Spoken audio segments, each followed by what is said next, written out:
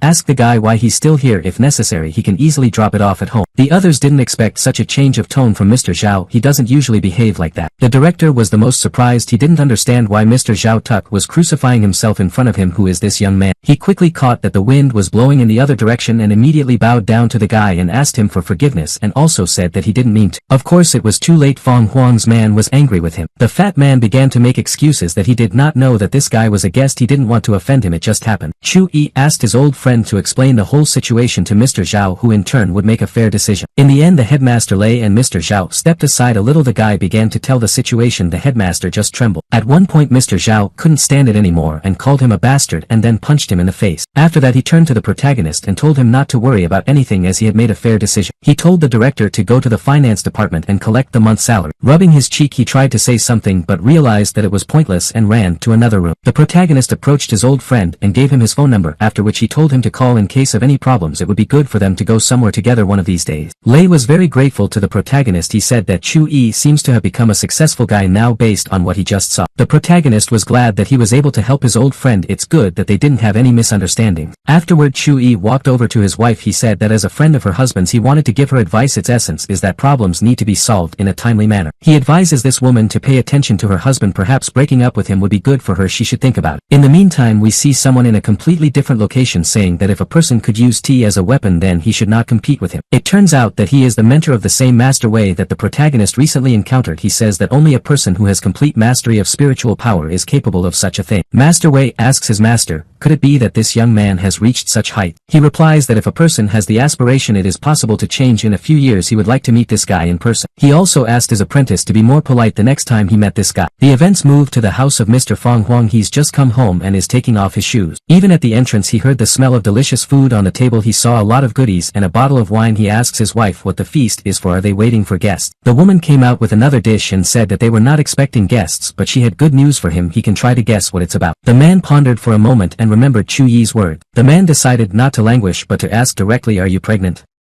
He asked his wife. She came closer to him and said that he was so empathetic because he guessed it on the first try and she wanted to surprise him. Mr. Huang was shocked. Master Chu Yi had indeed predicted his future. The wife noticed that the man was silent and did not react to this news in any way. She told him to sit down at the table. In the speed of their lives they will change. We see that it is already late at night and Fong Huang is awake. He remembers Chu Yi saying that he needs to change his lifestyle for the sake of the child. At that moment he calls his people and asks them to prepare all the necessary documents to donate his money for the construction of an elementary school. The person he was calling did not even immediately understand what he was talking about but then quickly came to his senses and said that the order would be carried out. Fong Huang looked out the window and once again remembered Chu Yi. He wants to do business with him. The events are transferred to another location where the same gang of guys with colored hair are sitting at a table. Sitting at the table with them is the one who hired them to do the trick against the protagonist. It can be seen that Master Chen doesn't like these guys too much. Still they helped him, so he decided to raise a glass and make a toast thanking them for their help. He is sure that Master Chu Yi will no longer be able to work at this school. The guy with the green hair says it wasn't really difficult. Suddenly his phone rings. He grabs the phone and begins to resent that someone dares to bother him at such a late hour. At that moment he sees who is calling and realizes that the call is much more serious than he thought and needs to be answered. He tells Master Chen that he will step away for a moment as he needs to answer this important call. He then walks outside the establishment and picks up the phone as Mr. Zhao calls him. He immediately starts yelling at him. This green-haired man and his gang have created problems not only for themselves but also for him. He's not happy to be dragged into all of this. The green-haired guy begins to make excuses as he does not understand what it is all about and why they are yelling at him. The interlocutor briefly explains to him that it is about the teacher Chu Yi who works at the third school and that he is being slandered. The leader of the gang says that there is no problem since he made inquiries before and this teacher is nobody. It was ordered by a gentleman from a hotel restaurant called Kaishin. He also works as a teacher at this school. Mr. Zhao briefly explained to this guy that he was mistaken about the teacher they had slandered. Even Mr. Huang doesn't dare raise his voice at him. To make a long story short, the green-haired lad realized that he was finished and he had indeed made a serious mistake when he took on this defamation order. He begged Mr. Zhao to help him. He began to make excuses that he didn't know it would turn into such a problem. He replied that money would not help here. The only solution is to go to the same school tomorrow and solve the problem of their own making. The green-haired leader of the gang went back to the place where they had been feasting. His mood was not the same, to put it mildly. Master Chen at the same time was still cheerful and offered him a drink. The bully only barked at him in response. Then he started yelling at his people to stop eating you because now they have something to do. Master Chen didn't understand what the problem was and asked the guy why he was so nervous. house and where he was in a hurry because they might have a couple more drinks. He said that he didn't want to have anything to do with him anymore and let him deal with his own problems now. After that the gang left the premises. Master Chen just stared after them maliciously. After that an employee of this institution approached him and gave him a bill for an impressive amount. They've had a pretty good time here. The guy said that he would pay off and began to look in his pockets for his wallet. Strange as it may seem, he could not be found. A moment later he realized that he did not have a wallet with him. He pulled out his phone to see what was on the map. It turned out that there was no money on the card either. The guy felt embarrassed. He smiled and told the woman that he apologized but he had no money right now and would pay tomorrow. The owner of the establishment began to shout at him that he was a bastard and a pretender. No one dares to deceive her and eat here for free. As a result a scandal broke out which attracted all the visitors. The guy was humiliated. The next morning Chu-yi came to school to work. The first thing he saw was a gang of these same guys with colored hair who were looking for him. Not that he was glad to see them. As soon as the guys saw him they immediately rushed to him. They surrounded him and begged him not to be angry with them. They came to him to ask forgiveness for what they had done. People around them heard that these guys were asking for forgiveness from this teacher. Of course this was a sign that he was innocent. The protagonist didn't believe them too much and he asked the guys what kind of play they decided to put on this time. He thought they were up to something again. The leader of this small gang of hooligans confessed that they had been encouraged to do what Master Chen had done. Besides he paid them for it. We realized that you are actually a very good person, so we decided to confess everything to you and ask for forgiveness, said the guy with the green hair. Once again they officially and the indicators lined up in one line, bowed in front of Master Chu-yi and asked for forgiveness. There were more and more people around him. The opinion that Master Chu-yi was innocent of anything became more and more popular. Some even began to say that it was initially clear that this was a setup. Meanwhile we see one of the premises of the school, the teacher's room. There a disgruntled teacher Chen looks out the window at what's going on outside. He believes that the bastard betrayed him because everything was told to Chu-yi but they took money from him in the process. The main character came into the teacher's room and said that today was such a nice sunny day and he wished everyone good morning. His ex-girlfriend approached him and said that she initially had no doubt that the guy was innocent of anything. The other teacher said that it was Chu-yi himself who had probably bribed the gang to frame Master Chen as if it was a double game. Master Chen heard it and immediately seized upon it as a lifeline. He said that Chu-yi was a very mean person to be capable of such a thing. Chu-yi only told him not to bark at him so much, otherwise he would infect him with rabies. The insult came as if it were his home. Master Chen wanted to respond to the protagonist with something sarcastic but he couldn't come up with anything. At that moment the deputy director spoke. He told them to stop the scandal because they were in the teacher's room at the school. Chu-yi thanked his former high school crush for making him coffee. The drink is delicious and aromatic. Teacher Tan said she was pleased that the boy liked the coffee she made. Their sweet conversation was interrupted by the clatter of a cup on the table. It was Master Chen. Chu-yi said that he would go to teach the lesson since it was already time. Next we see that the protagonist scolds his disciples. He says he's very disappointed because the whole class didn't even score 70 points. One of the students says that the topic was too complicated and it was not their fault that it happened. He suggested that the teacher write an essay better than them and show it properly. The protagonist quickly shut him up. Then he pointed out one of the mistakes in the guy's composition. The guys in the class started laughing at him. The results really weren't very good. Literally only a few people scored more than 69 points. That's not good. At some point Chu-yi finally realized that there was no point in scolding them. Besides he doesn't have a very good premonition. But why? The protagonist began to write something on the blackboard but suddenly a piece of chalk broke. Chu-yi was frightened by this. He turned to the disciples and asked in a panic what date it was. One guy said it's September 8th. Master Chu-yi remembered that in the past on this very day one of the female disciples had jumped off the building. He can save her now, but should he? He understands that if he acts recklessly it can affect the future. After all no one has cancelled the butterfly effect. The guy has always resisted the will of heaven. What should he do in this situation? Chu-yi told the guys to repeat the material but he needed to leave. As soon as he left the classroom and walked down the hallway he was stopped by the headmistress. She asked why he had abandoned the students right in the middle of the lesson. The guy realizes that he doesn't have time for all this. He just shouted that he needed to go to the toilet and then ran. The headmistress came into the classroom to the students and told them to review the material they had learned and she would call their teacher. At this time the same girl who jumped off the roof in the past is sitting right on the edge and wondering whether to do it or not. It looks like she's being forced to marry someone she doesn't want to marry. At some point she gets on the edge and decides that it's better to end her life now. It is at this point that the protagonist appears from behind. He yells at the girl not to do anything like that. She asks him who he is. She tells him not to come near her. The protagonist introduces himself. Chu-yi sees that this girl is very beautiful and looks like a rich family. The girl was surprised that this guy was a teacher since he was so young. She smiled as she didn't think that the last person she would see in her life would be a teacher she didn't know. The girl told the guy to remember her name. Her name is Lola. It is clear that she is determined to jump down. Chu-yi decided that no matter what it cost him he would stop her. He began to describe to her what she would look like after she jumped down. The girl replied that the body was only a shell. When they die they all end up in the void. Then she raised her arms to the sides, looked up at the sky, closed her eyes and prepared for the last step of her life. The guy realizes that if he tries to save her and jumps after her he himself will not survive since it is a 15-story building. At that point he decides to use his divine gaze. He sees that the girl has phoenix blood in her. He asks her if there was something in her family that caused her to lose hope. The girl turned to him and asked asked him with a look of surprise how he knew that. The guy said that he could see people's destinies. He sees that she comes from a rich and noble family, but she has been having a lot of bad luck lately. He goes on to say that she doesn't have to be afraid of marriage. A rich, joyful life awaits her. The girl is surprised to hear the words he says. The thing is, she'd met seers before, but no one had told her anything as accurately as this guy. Chu-yi says that she should trust him. If he doesn't believe it, he can wait until tomorrow. If nothing changes, you can jump off tomorrow. Suddenly it turns out that the headmistress has come here. She had just heard the conversation and thought that it was Chu-yi who was inciting this girl to commit suicide. She began to chastise him for giving her such advice. After all, he has to behave like a teacher. The same Lola began to defend the guy and explain that she was not going to jump anymore, and this young teacher on the contrary helped her. The headmistress is confused. She doesn't understand what's going on. She just sees that this girl is completely confused. As a result, she starts yelling at the protagonist again. He says that she probably only heard the last words and misunderstood him. Suddenly there is a strong breeze. That same young girl still stands on the edge of the roof of the building. The wind causes her to lose her balance and stumble. She begins to fall down with a scream. Luckily, the protagonist manages to grab her hand. He tells her to hold on. He will do anything to save her. A couple of seconds later, the protagonist makes a dash and the girl is thrown back to the roof. He almost fell down in the process. He pulls himself up holding on to one arm and jumps back onto the roof, but steps on the girl's shoe. This causes him to lose his balance and fall face first. The headmistress was standing in front of him. In the end, they both crashed and he ended up on top of her. Chu-yi found his face deep between her breasts. The situation was awkward to say the least. Everyone quickly jumped to their feet. The guy decided to take advantage of the moment. He said he had just rescued one of the students. If that's not a reason to credit him for certification, what else? The headmistress told him to come back to class. She invited the girl to the principal's office. The apprentice only told her that she was so arrogant. Chu-yi was ready to punch this girl on the head. He didn't understand how you could think of suicide when you were so young and beautiful. The girl still went to the headmistress's office, but at the same time her thoughts were only about this guy she had just met. She was clearly interested in him. After a while, Chu-yi returned to his class. The guys noticed that it was kind of crumpled. That same impudent student asked Master Chu-yi why the headmistress was dressed so strangely when she came into their classroom, and he was rumpled. The guys have a guess that there was something between her and Chu-yi. Everyone started giggling. The protagonist was unhappy about this. He asked the mayor what else he could think of. He said afterwards that he had actually just saved one of the students. A girl said it wasn't a big deal. Director Ran looks pretty good. If they had an affair, they would have understood that. The protagonist began to explain that they had misunderstood everything. There was nothing of the kind between them. At some point the guy stopped and felt an evil aura near him. He turned and the headmistress was standing beside him and he was talking about her. He quickly switched gears and began to praise her. He said he hadn't noticed her at all. Then he asked what she wanted. The headmistress said that this same girl named Lola wanted to transfer to this class. The headmaster isn't too happy about it, but still. Chu-yi hadn't expected this to happen, but the decision had already been made and nothing much depended on him. The director left. Lola told the protagonist that he can only look at her now. Chu-yi hadn't expected such flirtations. He tried to act professional and told the girl that she could introduce herself to everyone and get to know the class. He noticed that everyone liked this new one very much. Even the girls were delighted with her. Lola greeted everyone and gave her name. She said she was glad to meet new people. Chu-yi only sighed as on his first day on the job no one had welcomed him as warmly as this girl. Events are postponed to the next morning. Chu-yi walked into the classroom. He was surprised that the band was in full force and no one was truant. Everyone seems to be in the mood for learning. Chu-yi turned to a guy named Hulai. He said he was surprised to see him in class as he was usually asleep at that time. The disciples said that it was all nonsense since he was a prefect and that it was a serious position and that he should set the right example for the other disciples. One of the girls said that they love to learn. Do not reproach them for being enthusiastic. Just then Lola walked in. She waved her little hand to everyone and wished them good morning. The reaction from the class was the same as yesterday. Everyone was delighted. The teacher said that the fact that she came to class was good, but she was late. The other students didn't like him scolding her. The girl walked over to the teacher's desk. She said that she had some privileges as she was studying here for the first year. Being late for class is one of those perks. Chu-yi was angered by her words. He wanted to yell at her, but she only said that he was so cute when he was angry. It was really impossible to be angry with her. In addition, she was clearly flirting with the protagonist, which embarrassed him. After the lesson, Chu-yi walked over to one of the teachers and asked if Master Chen had come today. She said that after that incident he was supposedly transferred back to number 1 high school. At that moment a guy teacher came up to them and said that he went with the students to the capital's competitions and everything went well. He asked the protagonist if he was the new homeroom teacher of the 18th grade. He had heard that Lola had been transferred there. This guy's name is Gao Deshan. He said that fools are lucky and he was referring to Chu-yi. His ex-girlfriend tried to stand up for the protagonist. Gao Deshan said that he wasn't sure if Chu-yi's intellect would be enough to teach disciples like Lola. It's better for him to do it. Chu-yi became angry and used his strength. As a result, this comrade yelped and fell to his knees. Chu-yi made a surprised expression on his face and asked why Chu-yi was kneeling in front of him. He used it to calm his temper a bit and tease him. Then he turned around and started to walk away. At the same time he told Master Gao that he did not need his help, and besides there was no need to kneel before him. In short, the protagonist made another enemy who wanted to take revenge on him for this. The next morning came, we see the protagonist walking down the street and chewing some nasty stuff. It turned out that it was firewood, and by eating it the guy managed to reach the average level of woo. Sure, he was hoping for more. The protagonist puts money on the table and informs the owner of the establishment who sold him this food. He realizes that he needs to reach the pinnacle of spiritual practice as quickly as possible. This is necessary in order to join the Tai Chi sect when the divine gates open. Suddenly his phone rings in his pocket. I wonder who it is. It turned out that she was one of the students. She cries into the phone and says that she won't be able to go to school today, but she would like to meet the teacher. This is Wang Ling. She informs Master Chu Yi that she has had an accident. The very talisman that the protagonist had given her earlier was broken. The girl was not injured, but she is on the verge. The guy is glad she's okay. He advises her to contact her parents. She may not come to school today. After school he'll stop by to see her. The protagonist got angry. Someone clearly wants to hurt this girl. Who is he? In the next scene we see the protagonist approaching the Wang Ling family's country house. The butler meets him and tells him that they are waiting for him. Mr. Wang and his daughter are now receiving important guests. Unfortunately they can't meet Chu Yi in person. The protagonist asks what happened. The butler said that Mr. Wang had called the 3 tutors to solve his family's problems. Chu Yi asks to be taken inside. The butler opens the door for him in a friendly manner. The girl was glad to see Master Chu Yi here. She was already doubting if he would come. The protagonist walks up to her father and shakes his hand. The man is grateful to the guy for coming. He then says that he wants to introduce him to the 3 celestial masters. The 4th is the son of his business partner, a guy named Xiu Qi Bai. He immediately declares himself with insults towards the main character. He asks Mr. Wang why he's inviting anyone here. The girl stands up for the teacher Chu Yi and says that no one dares to insult him in her presence. Her father also supports her. He tells the guy to stop talking nonsense. This young man is his daughter's teacher. Chu Yi says that if they are busy he can come in another time so as not to disturb anyone. A student runs up to him and says that all this is nonsense and there is no need to take bad things into his head. She was confident that Chu Yi would be able to help them much better than those tutors. The guy decided to evaluate these very men. It turned out that one of them had a good spiritual strength. Indeed, they are on the highest level of Wu Tu. The other 2 seem to have no power at all. One of the men spoke to the owner of the house. He said that after a thorough examination he found that all the troubles were related to one of the paintings hanging on the wall. Mr. Wang is surprised. This painting was given to him by one of his clients. Another mentor said he also supports this view. This picture is fraught with anger and horror. It's better to get rid of it. The 3rd mentor began to explain what was wrong with her. The rage and anger of the beast depicted on it is transferred to the life of this family. Mr. Wang asks if they can save his family. There has to be a way. He is willing to pay any money. One of the mentors says that there are 2 ways to solve the problem. The first is to stop doing business in the seafood market. The second, Mr. Wang's daughter marries Xiu Qi Bai. The man did not expect such conditions. He looked at this guy and asked Master Gu if there were any other options. The girl pulls Chu Yi's hand and asks him to help her find another way out of the situation as she doesn't want to marry the guy. Of course the protagonist agrees. He tells Master Gu that he's talking nonsense. Of course this hurt the man. The same young man gets into the conversation and begins to swear at the main character. Master Gu stops him. He says that this teacher just doesn't understand anything and you need to treat misunderstandings with respect and don't throw yourself at him. Chu Yi wonders if they can explain everything to him so that he understands and believes. Master Gu says that he will show him his skills so that he will have no doubt. The protagonist smiles and says that he is ready to watch the performance. One of the men reproaches the owner of the house for not being very hospitable here. Their methods of operation are not some tricks and tricks. Xiu spoke again. He tells Mr. Wang that he respects him, so he first gave the girl a talisman to protect her and also invited the Gu master here. He wondered what this teacher had done to have some kind of vote. Mr. Wang doesn't know what to say. After all, he met the main character just a couple of minutes ago. The Gu master as a sage says that arguing will lead them nowhere. After all, everyone is an adult and the situation is serious. He then says that this guy is just a teacher and he doesn't understand their rules. It should be treated leniently. After that he still shows some tricks to demonstrate his strength. Everyone is impressed. Both Mr. Wang and his daughter had never seen anything like this before. At some point this master begins to float in the air. He's pleased with himself. He asks the protagonist what he has to say about it. The other 2 mentors admire his skills. It is the release of spiritual energy. Master Gu has reached new height. Mr. Wang now has no doubt that Master Gu is no ordinary person. At the same time the main character looks like a simple brawler and bragger. Master Gu says that this is only a small part of what he can do. He possesses the technique of a celestial master, but he won't spread himself out here and show everything. Mr. Xiu also praises him as a worthy person. He also admires the fact that the master is so strong but is polite to tactless people. Then she turns to the owner of the house. He tells him that he respects him, but today the behavior of the owner of this house and the guests he invites leaves much to be desired. He doesn't know what to say. He doesn't like the conditions that have been offered to him too much. He doesn't want to give up the business. Master Gu tells him that money doesn't matter to solve the problem. You need to do what he said. It is up to the head of the family to choose. The girl is worried and asks Master Chu Yi what they should do now. She still doesn't want to marry that guy. Chu Yi says that the strength of the tutor is impressive. He then pulls the artifacts out of his pocket and asks the master to take a look at him. He immediately says that this thing seems to have been absorbing negative energy for years. At the same time the word artifact is inappropriate here. Of course these words are perceived by other mentors as something sounds supernatural. Chu-yi asks, what if he uses this disc to destroy this very painting? Master Gu says that this should never be done as it can only aggravate the effect and hurt the guy as well. Chu-yi asked why is it that Gu Master is so worried about the Wang family.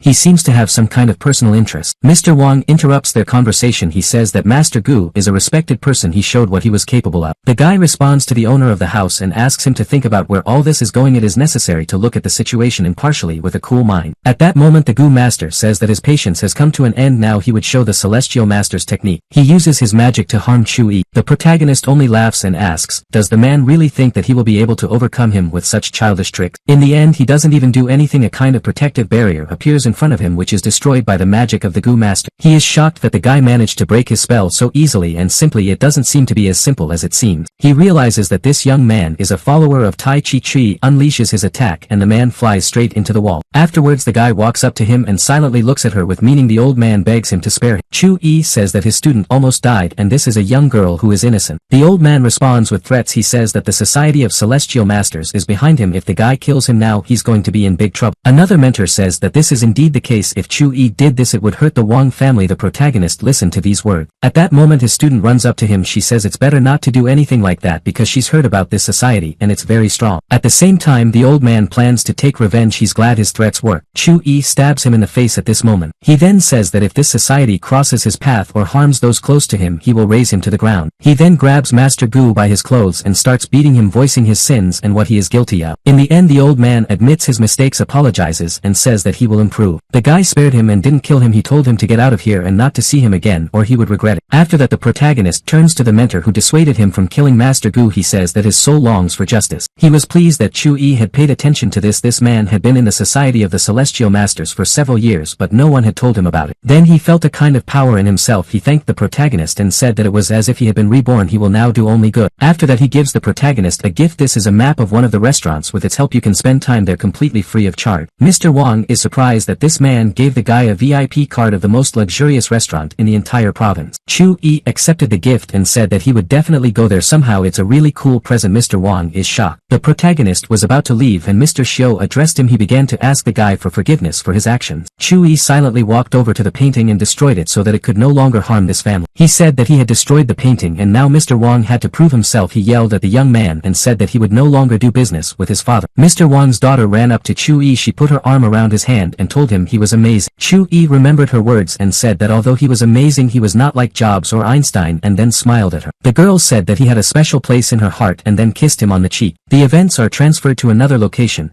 The suburb of Jiujiang. Evening came. We see a fairly large house. Next we see a Gu Master who has come to visit someone. He asks the young man to call Master Yi. Half a minute later Master Yi enters the room and is surprised to see his acquaintance at such a late hour and in such a state. He asks what happened to him since he is a true master and few can resist him. He says he ran into a teacher from secondary school number 3. As a result, as they say, the result is obvious. Master Yi says he'll figure it out tomorrow. Of course, in fact he pursues some mercenary motives and helps for a reason. The day after a day of work the protagonist met with Wu Lei to rest and relax for a while. They take a walk and think about where they should go. Chu-yi noticed a place and offered to go there. A friend of the protagonist was stunned by such an offer since this is a very expensive institution. At the same time he realizes that Chu-yi has done a lot for him so he can't refuse. As soon as they got closer suddenly someone turned to the protagonist. It turned out to be one of his colleagues. She said she was surprised to see him here as there was no place for poor people. The guy turned around and saw her with a young man. He decided to poke fun at her and said that yesterday he saw her with one guy and today she was with another. The girl began to respond to him with nasty things. They again touched on the boy's financial situation. Suddenly one of the employees approached the protagonist and his friend and asked if they had a reservation. Chu-yi's friend said that they hadn't booked a table. The girl replied that in this case they would have to wait a little since at the moment there were no vacant seats in the restaurant. At the same time the colleague of the protagonist together with his boyfriend booked a table in advance so they proceeded to the establishment. She continued to laugh with Chu-yi. Chu-yi fumbled in his pocket, took out a VIP card and asked the employee if he could use this card. The girl was very surprised that the guy had this VIP card. Very few people own it. The protagonist's friend was also stunned. He was extremely interested in where did an ordinary teacher get a VIP card. The employee said that in this case they could already pass and the waiter would meet them and lead them to the table. At the establishment a waiter immediately ran up to them and asked them to follow him. At this moment a colleague of the protagonist was watching the guys. She was surprised that they managed to get through. How is this even possible? Her companion said there was nothing to worry about, they're just ignorant, don't spoil your mood because of them. They approached the waitress and told them that all the seats in the manhwa hall were already occupied. She can suggest that they go to Zhuxia. The teacher's teacher's man said that he had booked a seat in this particular room. Why on earth should he go to another room? The waitress said that nothing depended on her and their table was given to the two young guys who had just entered the hall. She then added that they could either agree to a table in another room or leave. The guy began to be indignant and trump his position and then threatened. The threats didn't work on the girl. She asked them to leave, otherwise she would be forced to call security and her staff would help fulfill this request. The man became angry that he was being kicked out because of these two suckers who had taken his place. The waitress said that one of these guys presented a VIP card. This means that he is a dear customer. The guy didn't believe that they could have a VIP card. That same young man is just a teacher and he's literally a beggar. Where can he get a card of such an institution? At that moment a guy and a girl approached him. It turned out to be an acquaintance of his. The boyfriend of the protagonist's colleague began to complain to him that he was being kicked out of here since some guy showed a VIP card and now occupied his table. They're starting to talk about how this card might be fake. It is unlikely that any hillbilly can have a real VIP card of such an institution. Those guys who just came up decided to take a look. Who is it? Suddenly they saw the protagonist and were frightened. The girl told her colleague Chu-E to shut her mouth and not say anything bad towards this young teacher. The boyfriend in turn told her boyfriend that he knew this man and he advised against messing with him. After that they entered the hall and approached Chu-E and greeted him. This was watched by the boyfriend of the protagonist's colleague. He could not understand what was going on and why his acquaintance was so nice to this simple teacher. His girlfriend said they could have dinner somewhere else away from these crazy people. The guy just barked at her not to touch him and then said that they were not suitable for each other. In fact, he blamed her for almost getting into trouble. Eventually he turned around and walked away without a word. Girl still couldn't believe that Chu-E was a respected person. After all, he's just a teacher, a trainee. It felt like everyone was crazy. A waitress approached her and asked, will she take the table or will she just leave? We can see that this teacher was counting on a relationship with a rich guy to allow her to never work again, but Chu-E ruined everything for her. Master Yi walks past her. At that moment he felt that there was a lot of hatred in this girl. He decided that she was perfect for what he had in mind. As a result he pulls off some kind of magic trick from behind aimed at this girl. The man realizes that his acquaintance has been attacked by some young guy and he seems to have just moved to the wuxia stage. You need to get rid of it as soon as possible. Chu-E is just talking to the teacher's boyfriend. He says that he doesn't hold a grudge against anyone and is ready to forget about the incident as he came here to relax with a friend. Next his companion asks him who he is. All these majors are so polite to him. Interesting, isn't it? Chu-E calmly says that he is only a teacher, a trainee and nothing more. At the same time he is simply defending his right. The friend laughs and says that he would love to be in his place. He said that if Yang Ling knew how much Chu-E was respected she would immediately repent. She's a big star now though. He says even now she would be too much for Chu-E. After a while we see that it's already evening outside and Chu-E is walking around thinking about how he was able to eat so much. At that moment he feels negative energy. His colleague approaches him and calls his name. The guy looks at her and realizes that she has been cursed. That same gloomy aura is rapidly growing. The girl tries to attack the protagonist. Suddenly they are approached by two guys. They ask what the incident is. One of the guys is armed with a knife. He says that this girl has a good figure and he would like her to go with him. Chu-E looks at these bullies and realizes that their minds are under someone's control. At the same time the one who controls them is very close. The girl tells Chu-E that he will lose everything today. After that she gets a little naked and rushes to the guys who approach them. She tells them she's ready to have fun and they can do whatever they want with her. At the same time she blames this guy for this, after which she points her finger at the main character. One of the guys tells her that today she will squeal with pleasure. After that they begin to undress the girl. Chu-E observes this and realizes that he needs to find out who is running them. We need to stop this. He doesn't want to be accused of rape. He looks around and tries to find the one behind it all. He is sure that this man will not be able to escape and he will find him. Suddenly some stranger starts yelling at those bastards to stop and let the girl go. He's a policeman. Chu-E looked and found it to be Guopanlei. He comes from a rich family and seems to be a good guy. He is the son of the headmaster that Chu-E taught Tai Chi. Meanwhile Master Yi watches from around the corner. As we understand it, he is behind all this. The man worries that everything will go according to his insidious plan and nothing else. It is important not to make a mistake. In the end he orders his puppets to kill Chu-E and the second boy. Guopanlei tells the protagonist to run and call for help and he will detain these bullies in the meantime. He then lunges at one of them and stabs him hard in the jaw. At the same time the jaw remains intact but the guy injured his hand severely. He doesn't understand what it was because it feels like he's hit a stone. Meanwhile the protagonist's colleague tells him that he will die a terrible death. The other guy keeps telling Chu-E to run away and he will deal with them. Of course the protagonist is not one to run. He tells Mr. Gua that he is able to deal with the situation himself. In the end he uses his power to stop the whole mess. His colleague as well as those guys whose minds are controlled by someone from the outside begins to foam at the mouth. After that they fall to the ground. Yet the culprit of all this has been revealed. He asks the guy if he hasn't been warned not to anger the Society of Celestial Master. Chu-E says that he wonders if the Society of Celestial Masters really has such unlimited power or if it's just a farce. He also asks if Lin Chen has taken over the management of this teaching. The man doesn't understand how he knows that. He calls the guy arrogant. He says he probably won't kill him but he'll he'll make him suffer. Guys and a girl rise from the earth, their eyes glow with red fire, but it doesn't seem like the protagonist is afraid of them. He uses his power and the attackers scatter in different directions. He tells Master Yi that he will beg for mercy. The enemy understands that these puppets are useless and need to act on their own. He attacks Chi with fire. The protagonist easily defends himself from this attack, and then the flame ball ends up in his hand. He laughs and asks who ordered the Peking duck. His opponent is shocked by such skill. He asks the guy who he is and where he got his power from. Chu Yi is silent. The man understands that he will not be able to cope with him, and the most reasonable solution in this case will be to escape from here as soon as possible. He tries to escape, but Chu Yi uses the fireball to attack. As a result, the old man's ass burn. Chu Yi just smiles. There is no escape from him, for he is the Lord of Hell. No one can run away from it. Now he needs to help that guy, the cop. He lies on the ground in an unconscious state. Chi comes closer to him and tries to bring him to his senses. After a couple of seconds, the guy opens his eyes and slowly rises. Chu Yi says that there is no one here anymore and everyone is safe, so we can go home. As for the culprit, he is dead and his corpse can be found in a vacant lot east of the city. At the end, Chu Yi tells the boy that he wants to test his father on his studies. He is surprised that this young man knows his father. At the same time, he is going to comply with the request and talk to his father. The events are transferred to the Society of the Celestial Masters. The building we see is their general staff. There's only one person there, and that's Master Chu Yi. Master Guo briefly explained everything and said that he had asked Master Yi for help. He's about to come back. He offers a drink to prevent this boy from finding a place to be buried. He seems to be sure that the guy is no longer alive. At that moment, Master Yi arrives. Master Go immediately comes closer to him and asks how it all ended, as he is sure that there is not a wet spot left of that boy. Master Yi told me that he was very strong. It was not possible to kill him. He once again disgraced their society. He thinks that next time we should just take a few celestial masters and be done with it. There is no need to send people from the general staff to him. After that, the man feels that he is somehow not well. He says he'll probably go and rest. Suddenly, he feels a lot of pain. He begins to beg for help. After that, it ignites and burns alive to ashes. In the place where he stood, the message remains. It's a message to Master Go. He realizes that he is finished. We see how the same guy who was on the side of the protagonist in the battle has returned home. He asks his father if he knows a young man who is very good at martial arts. He said that one of these days he would come to test his knowledge. The man realizes that it is his master Chu Yi, and he tells his son that he has met his teacher. He's glad he's going to visit them. As a result, Guo Panlei told his father in detail about the situation that had happened to him on the night of his shift. Father said that this case should not be reported under any circumstances. If this situation is of interest to the people in the special department, then it may harm Master Chu. The man began to explain that this guy had got a job as an ordinary teacher so as not to attract attention. You don't need to create problems for him. The guy treats his father's words with understanding. He says it would be great if people like this teacher were weird in their service. Meanwhile, Chu Yi sits in the lotus position in his room contemplating Master Ye's death. It was a kind of act of intimidation so that no one else would get into it. At the same time, you can't relax. The guy will need the strength of Fang Huang to penetrate the underworld and find the treasure which will help him move to the next stage. Those who looked down on him in a previous life will soon regret it. He's a different person now. Morning came. We can see the school ground. The protagonist knows that the staff of secondary school number 1 will come here today. Formally, all this is a test, but in reality they are going to compete. Of course, the reputation of the school cannot be disgraced. Suddenly a guy walks up to Chu Yi and says that he feels that this person is in for a series of misfortunes. Of course, the protagonist does not believe in such a prophecy. He tells this guy with a ponytail that if he doesn't fall behind he'll be in trouble. Chu Yi walked into the teacher's room and sat down at his desk. Suddenly he smelled a very pleasant aroma. It turned out that Lola was standing right next to him. The guy was even frightened as he did not hear when she approached. The girl laughed and asked why he closed the laptop so quickly. I wonder what he was looking at. The girl came closer to him and said that they had not known each other for too long, but she realized that he was not at all like the others. He's different from the guys she's met before. Master Chu Yi was a little confused. He asks the girl what she wanted. She asks in response, isn't it obvious?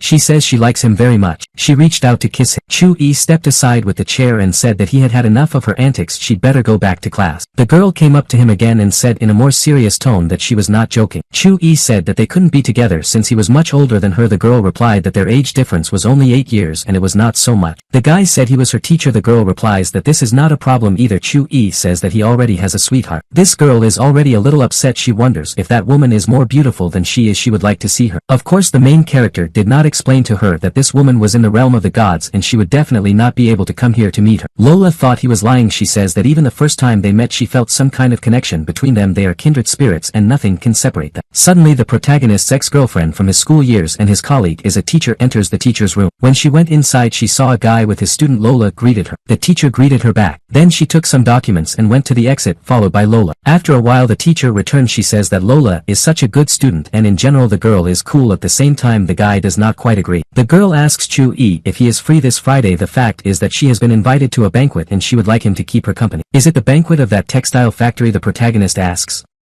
The girl replies that it is him. Knows about it because before he received a call from the man who gave him that VIP card and invited him to this banquet. The protagonist agrees to the invitation. They agree that he will pick up the girl. She is very grateful to him for his help. On this day Chu-yi stayed up at school. It was already late at night outside. The guy decided to walk to the house. As he was walking down one of the streets he saw some guys molesting a girl. It was director Ching Ren. I wonder what she's doing here at a time like this. The guys openly harassed her. The girl was clearly against what they wanted to do to her. Of course Chu-yi couldn't tolerate this. He decided to intervene. As a result, a second later one of the guys was already flying in the air into the wall of a nearby building. The other hooligans were frightened. At the same time they still began to threaten the main character. Of course they did it in vain. As a result, the thing that provoked them to molest the girl suffered. To make a long story short, the protagonist made an omelette with 4 eggs. Then he approached the headmistress. It was lying on the ground. He tried to bring her to her senses. At the same time the girl did not come to her senses. Chu-yi decided to shout a little to stir her up. Oddly enough it worked. The girl suddenly came to her senses and embraced him. After that she fell to the ground again unconscious. It seems to be a kind of defensive reaction to the great stress. The guy doesn't know where she lives. You can't leave her here. Apparently she will have to spend the night with him. Wu Chu-yi has had quite an unusual and eventful day today. We see that he has brought the girl to his house. He laid her down on the bed and took out a blanket to cover her. The girl never came to her senses. He wrapped her up, mentally bid her good night and got ready to take a shower. When he got out of the shower he was sure that she had never regained consciousness and was still asleep. It turned out that he was mistaken. Her clothes were strewn all over the room. At the same time she was lying completely naked and only covered herself with a small blanket that the main character had prepared for her. Chu-yi clearly didn't expect this. He went back to the bathroom and closed the door. It looks like he's going to have to take the shower again, but for a slightly different reason. At night Chu-yi decided that he still needed to take care of his practices in order to cultivate his spiritual force. It's just the right time, but it's hard to do it after what he's seen. In the morning the main character looked at his watch. It turned out that it was already 7 o'clock. Maybe it's time to wake up the girl who sleeps naked and in the next room. He quietly opened the door and it was that she was already awake. The girl saw him and thanked him for what he had done yesterday. At the same time she was still naked. She said she was grateful to him, but it was indecent to stare at her like that. The guy was embarrassed. The woman thought that all men were the same, as she had seen such looks before. They all have the same thing on their mind. Then she grabbed the blanket and began to cover herself. She started yelling at the protagonist that she had a better opinion of him and didn't think he was one of them. Chu-yi made excuses that he hadn't undressed her but had only brought her here. If she doesn't believe it she can watch the recordings from the cameras. She said she would definitely do so. The protagonist showed her the recording. She was convinced that he was innocent. Then she started yelling at him for having the tape. She demanded that he remove her. Chu-yi just giggled and said that she was so beautiful that it was difficult for him to do it. This turned the girl on even more. She told him to forget what had happened and not tell anyone, and she was going home. Chu-yi said that it was time for them to go to school. They can go together. The girl refused. However, after a while we see the two of them on the street. Chu-yi is once again nibbling on the filth he chewed before. He offers E to eat the food but she refuses. She thanks him for taking care of her but she doesn't feel like it. At the same time she was quite hungry. As a result she couldn't stand it anymore and pounced on the main character's treat. Chu-yi asked if she knew who was interested in this attack on her. The girl replies that she doesn't know. He realizes she's lying. Curiously, why does she do this? Chu-yi walked her all the way home. At the same time he does not leave. The girl asks what he's waiting for. The guy says that he expects gratitude from her in the form of a cup of tea for saving him yesterday. The girl says she agrees to it, but as soon as he drinks tea he has to leave. Entering her apartment the guy looked around. He then walked over to a large teddy bear and plucked out his eye. The girl was stunned by such impudence and began to shout at him. She didn't understand why he did it. It turned out that there was a wiretap inside the eye of the stuffed toy. It looks like the girl has enemies she doesn't even know about. The guy noticed that someone was watching them in the morning. The girl is surprised. At the same time we can see that she has a rough suspicion of who might be behind all this. She tries to find out what's going on. He offers to help her. The girl briefly tells a story. Previously she was abroad and conducted research. She made a discovery but hid it for a while. Now she and her father are going to start developing a large-scale project on this discovery. The guy assumes that ill-wishers found out about it. He realizes that she got a job at the school to hide her involvement in it and stay away. Her father supported her and helped her with this. I wonder who the girl has crossed the road and who wants to harm her. In principle there is always serious competition in business. The guy says that her enemy is not simple at all and that he has experienced specialists on his side. He recommends that the girl hire a security guard. He offers himself as a guard. The girl throws the stuffed animal at him and tells him to go down because she needs to change clothes. Chu-yi remembered the same fortune teller who had told him about the series of misfortunes. It looks like he was right. He realizes that the very cure that the girl managed to discover is most likely something supernatural. Perhaps she had accidentally discovered a mineral rich in spiritual energy. In the future it may attract not only business competitors but also someone worse. In the meantime we see that the guy who followed the protagonist and his companion is giving someone pictures of them. The guy looks at them. He wonders what connects the only daughter of the company's owner Hua Sheng with this young man in the photo. He assumes that she is having an affair with him. I wonder what Xiao Tanming will say about this. He is the most powerful man in this province. He was even more influential than Feng Huan. The guy knows about the banquet that is scheduled for tonight. It looks like he wants to get on it and has a plan in mind. We see a luxurious building where the protagonist has arrived. This is the resort area of Zhou and Chu Yi came here by bus. The attendants noticed the fact that this guy had arrived by bus. One of them laughed at this. Chu Yi walked over to them. This guy asked him for an invitation. He said that a private banquet was being held today, so outsiders were not allowed to enter. The protagonist said that Fang De Yun had invited him here. The guard spoke to someone on the radio and said that a young man had come here who said that he had been invited by the boss himself. It turned out that this was indeed the case. The door was opened for the protagonist and he was invited inside. Chu Yi walked in and looked around. Suddenly someone called him. It was his colleague. She's very glad he came. She was worried that he would change his mind and that she would have to be all alone. Chu Yi smiled and said that he wouldn't let such a beautiful lady down. The girl really looked especially luxurious today. She told the protagonist not to draw too much attention to himself. She had seen Mr. Chin here. We remember that he likes to cause trouble and doesn't like Chu Yi. A guy approaches them and asks the girl where they met the main character. He is aware that they had an affair in high school. The girl replies that this is her own business and she is not going to explain anything to anyone or make excuses. This guy walks up to the protagonist, makes a disrespectful gesture and says he'd better roll away from here if he doesn't want his legs broken. Chu Yi says that it's just so sweet that all the girls want to break off a piece of it for themselves. That's the whole secret. That phrase made the guy angry. He suggested that Chu Yi go outside and talk. They're hinting at reprisal. Meanwhile we see Chen's former teacher complaining to Chen Junhao, his brother,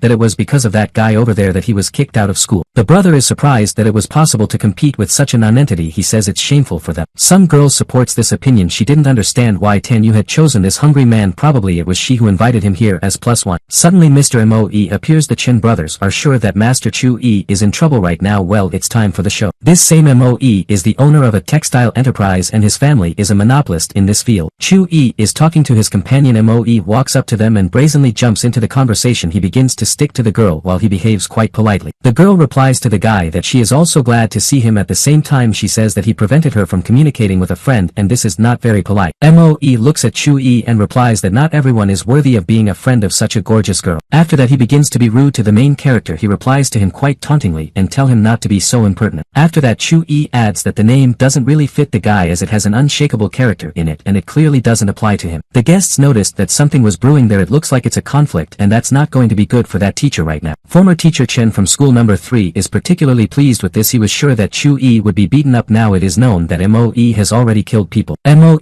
asked the protagonist if he knew who he was. He hinted that it was better not to mess with him. Then he began to threaten the girl's family. He said they would beg him to marry her. The girl understands that these threats are far from groundless. After all, this guy is a little crazy and capable of anything. In addition, her family will be in favor of her marrying him. Of course Chu Yi couldn't stand it. He called this guy a dog. He was a little stunned by this and even fell silent for a few seconds. He said that today's youth are rougher than they used to be. Chu Yi told this guy to fail because he wasn't welcome here. He understood that no one would interfere since someone was afraid of this guy and someone depended on him. The girl turned to Chu Yi and said that she shouldn't have invited him here. She didn't want to cause him trouble. Chu Yi is about to leave, but at that moment Moe tries to stab him. Of course the protagonist has time to react, defend himself and launch a counterattack. As a result, this big guy flies a few meters away. He falls and breaks the table underneath him. The guests are frightened and in a state of shock. No one expected such an exodus. Chu Yi apologized and said that he had slightly miscalculated the force, so the furniture had suffered. Senior brother Chen was also surprised by what he saw. Now no one will help this guy because he dared to insult Moe in public. After that he ran to Moe and helped him up. He began to call those who had organized a banquet with indignation that anyone was being lowered here. Chu Yi wasn't happy to see Chen Junhao. In the past he was the main enemy of his family. As a result, one person from the service staff approached the main character and asked him for a certificate of income since this event is only for the rich. The guests began to giggle. It was obvious that the guy was dressed in not too expensive clothes. To many he seemed like an ordinary rogue. He finally came to his senses. He was angry. He said the guy had signed his own death warrant. He will order him to be killed as soon as he goes outside. Chen starts to suck up and says that there is no need to worry about such trifles. He says that Mr. Mo is still a respectable person and that guy is just a nobody. The attendant still demanded Wu Chu Yi's proof of income, otherwise he would have to leave the establishment. One of the Chen brothers says he regrets not being able to see Chu Yi being beaten. At the same time he is still humiliated, and that's something. The girl who invited Chu Yi here asks him for forgiveness again as she believes it's all because of her. The guy takes her hand hand and tells her not to worry as it's all nothing. Moe saw that this guy couldn't show proof of income, so he decided to take advantage of it and shouted for Chu-yi to get out of here because he didn't belong here. Just at the right moment Mr. Huang appears on the horizon with his guards. He saw what was happening. He said that Chu-yi was a dear guest and no one dared to talk to him like that. Whoever does this is probably tired of being alive. A guy from the service staff immediately ran up to him. He said it was a great honor for them to receive Mr. Huang as a guest. They didn't expect him to come. The man defiantly said that he didn't have an invitation either. Perhaps they will try to drive him away too. An employee of the institution began to justify that a person with such a status did not need any invitation. He can come here whenever he wants. Mr. Huang asked how then did they dare to kick out his dear guest. Afterward he approached Chu-yi and said that he didn't know that the guy would be at this banquet, otherwise he would have come with him so that such problems would not arise. Chu-yi said that it was nothing. Yes, there's one annoying fly here that needs to be taught a lesson, but it's alright. After that he pointed his finger at Mr. Moe and said that he had molested him as well as his girlfriend. He wonders if there is any way to solve this problem. Mr. Huang looked at Moe and smiled ominously with the phrase, apparently life has not taught you anything. Moe made excuses to Mr. Huang that he didn't know that this guy was his comrade. He said it didn't matter, you can't do what you want. He said he would talk to his father afterward. He's on good terms with this guy's father, so he didn't do anything to him, but otherwise he would have finished him off. Chu-yi said that he would deal with this matter a little later. The guy asked his companion if she wanted to stay here or if it would be better to take her home. The girl said that she came here by car so you don't have to worry about it. Chu-yi said that he needed to leave and talk to his buddy as he had some urgent conversation. The girl looked after the main character and did not understand who he was. He has changed so much that he is unrecognizable. Former teacher Chen was surprised that Chu-yi was on friendly terms with Mr. Huang. How did he do it? The guy thinks that if he had stayed in the same bar then he probably would have been able to make friends with Mr. Huang. By the way, he justifies the self-confidence on the part of the protagonist precisely by the fact that he became friends with Mr. Huang. Meanwhile we see in a separate room the protagonist is conversing with Mr. Huang. Chu-yi asks what he wanted to discuss with him. The man replies that there is some progress in the matter that Chu-yi has entrusted to him. The protagonist wondered what they had managed to find out. The man tells him that there was a clue but someone hid it. The protagonist thought about it. Mr. Huang tells him that even his relatives don't know anything. He threw himself completely into the affair and let the entrance go through every possible way to find something. Mr. Huang says that the clue they managed to find disappeared without a trace and his men died. Chu-yi realizes that he probably didn't do the right thing for them to do this investigation given that people have suffered. Chu-yi says that he is very sorry that this has brought pain and suffering to someone. He didn't want that. Mr. Huang replies that although they have suffered a lot of losses